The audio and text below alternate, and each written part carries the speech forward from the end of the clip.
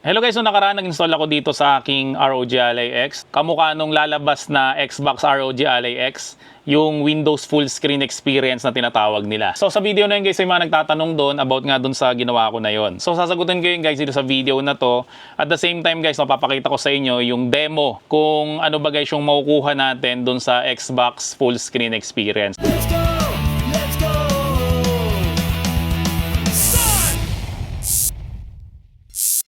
Pero bago yun guys, so sagutin ko na rin yung tanong ng iba, ano raw bang case yung ginagamit ko dito sa ROG Ally X ko. So ito guys yung JSOX na mod case. So highly recommended ko talaga guys ang JSOX sa lahat ng mga device na ginagamit ko. No? Kamukha nito, ROG Ally X.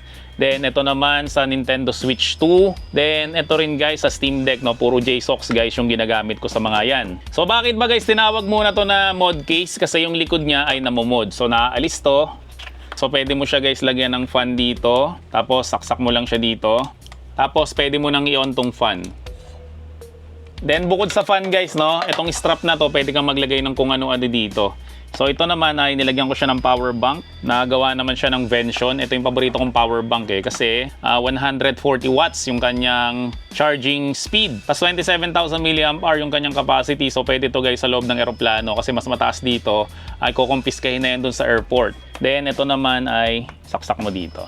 Di ba? So pwede mo nang gamitin yung ROG Ally X mo ng naka-power bank. So kung gusto nyo guys mag-avail ng mod case na to, pati itong power bank na to, no? So maglalagay ako ng link sa description section ng video na to kung saan ba to guys nabibili. Yan, so balik tayo dun guys sa topic natin. So ito actually naglalaro na nga ako dito eh. So unahin ko na guys yung mga tanong sa atin para masagot ko na rin. No? So unang-unang tanong ay mula kay Alcantara Alan.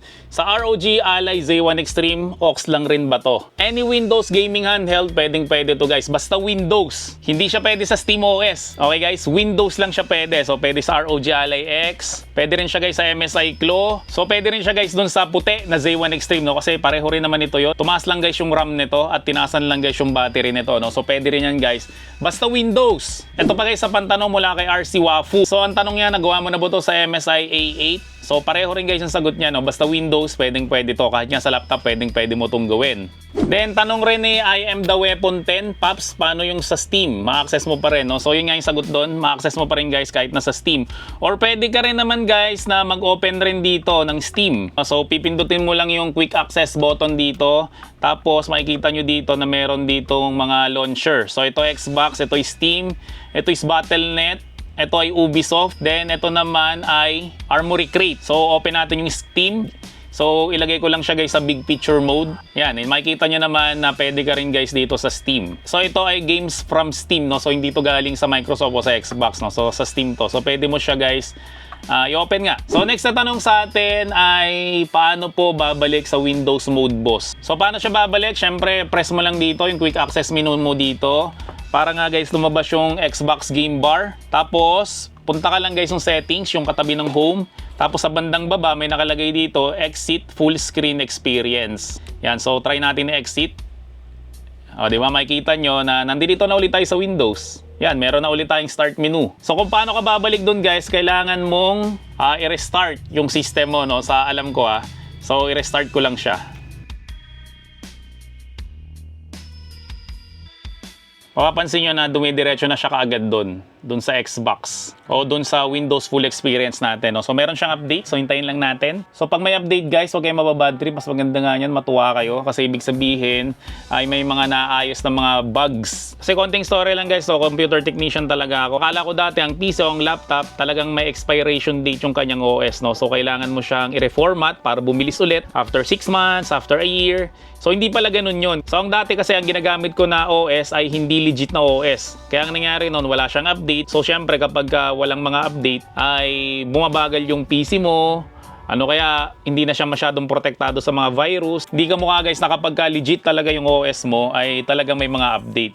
So tipirin mo na guys lahat. Magtipid ka na sa games. Pero guys yung OS mo wag mo siyang titipirin. Dapat guys yung desktop o yung laptop mo dapat guys legit yung OS niyan. So nakita nyo guys, pag restart ko, dumiretso na kaagad tayo dito sa full experience. So ako naman guys yung magtatanong sa sarili ko, bakit ba kailangan mo ng Xbox full experience? So unang-una guys na dahilan dyan ay yung improved na performance. Kasi guys kapag ganito na yung interface niyan, nami-minimize niya guys yung mga background na mga activity at saka yung mga non-essential na mga task. So mangyari niyan guys, itong handheld mo na to, itong Windows mo na to, ay naka-dedicated na lang siya guys for gaming na lang.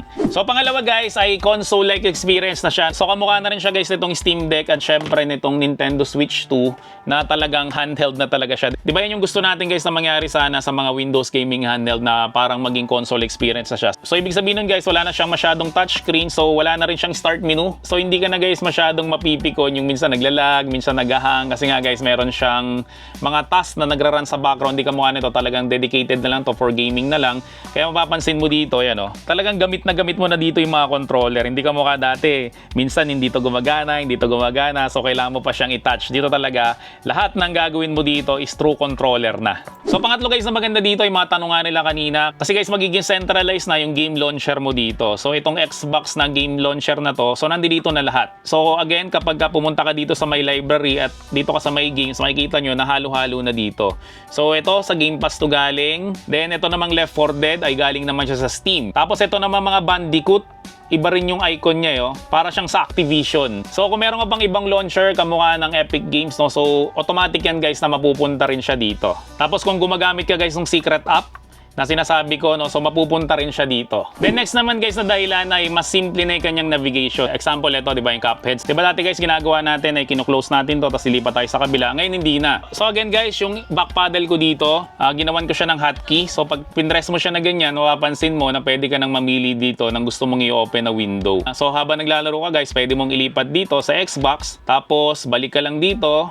Then, pwede ka ulit mag-open ng isa pang game. Example naman, ang i-open ko ay itong Left 4 Dead. So, dito guys, may lalabas na mga option. Yung parang sa Steam Deck, ito, Return to Cuphead, Quit Cuphead First, or Launch Left 4 Dead Anyway. Yan, so i-launch lang natin siya. So, ibig sabihin nun, dalawang game yung ilo-launch natin.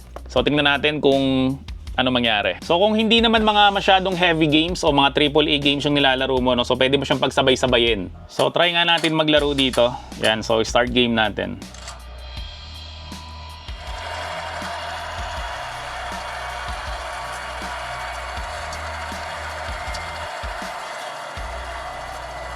Hey, there's still people on the roof.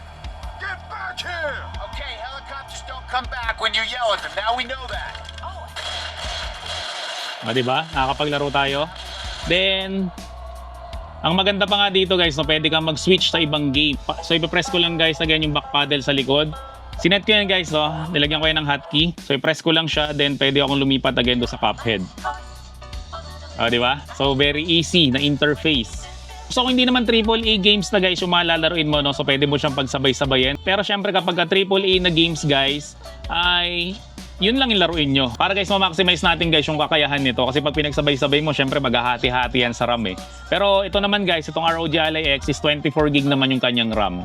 Okay, so pwede mo ulit ibalik yan. So ilipat mo ulit. Halimbawa, pupunta ka ulit sa Xbox. O, di ba? Very easy na lang siya. Di na siya naghahang.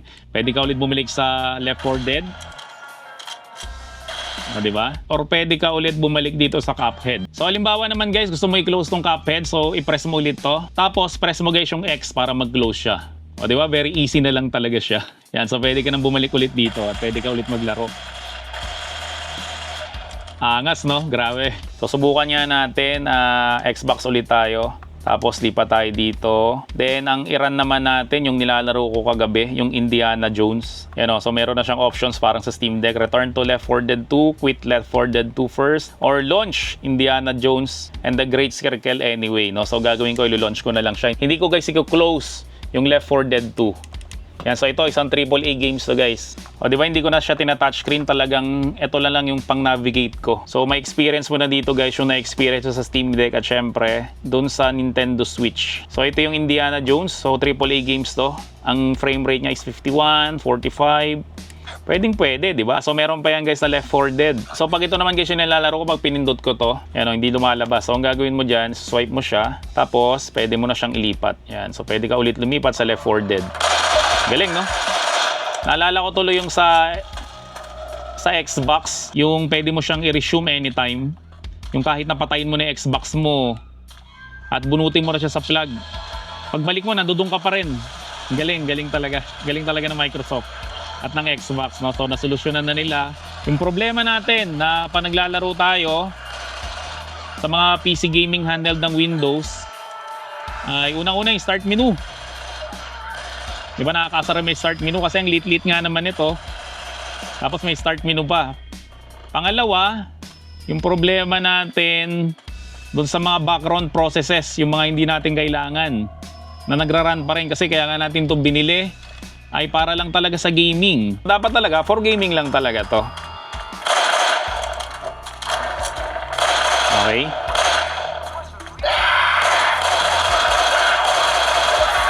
So pag ito guys, okay lang pindutin to, balik ulit ako doon. Ah, di ba? Nandito na naman ako, galing oh. Angas, di ba? Yan ang wala sa Nintendo Switch 2. Sa Steam Deck may ganyan rin naman siya, kaso medyo mahihirapan yung Steam Deck dyan, di kamukha nito. Kasi 24 gig RAM ba naman to eh. So again guys, kung gusto mong malaman kung paano ko to ginawa, so meron ako guys na in-upload na video tungkol dito, no? So ipa-flash ko na lang sa screen kung ano ba yung itsura ng video na to at hanapin mo na lang yun guys sa channel ko. Sobrang pinadali ko lang guys yung tutorial ko doon kaya hindi ka masyado mahihirapan. Pero warning lang again guys, gawin mo lang to kung meron ka talagang alam sa Windows. Kung wala kang alam sa Windows, wag na wag mo tong gagawin. So yun lang guys muna yung demo ko nitong Xbox na full experience. So kung may mga iba pa kayong tanong about dito, so mas maganda yung comment down below mo. At syempre kung nagustuhan mo naman tong video na to, wag mo naman kakalimutan mag-subscribe dito sa channel ko. I-like mo na rin tong video na to at i-turn on mo na rin yung notification bell para like updated sa mga vlog ko about sa mga gadget. So yun lang, maraming salamat din sa inyong lahat. Hanggang sa muli, paalam!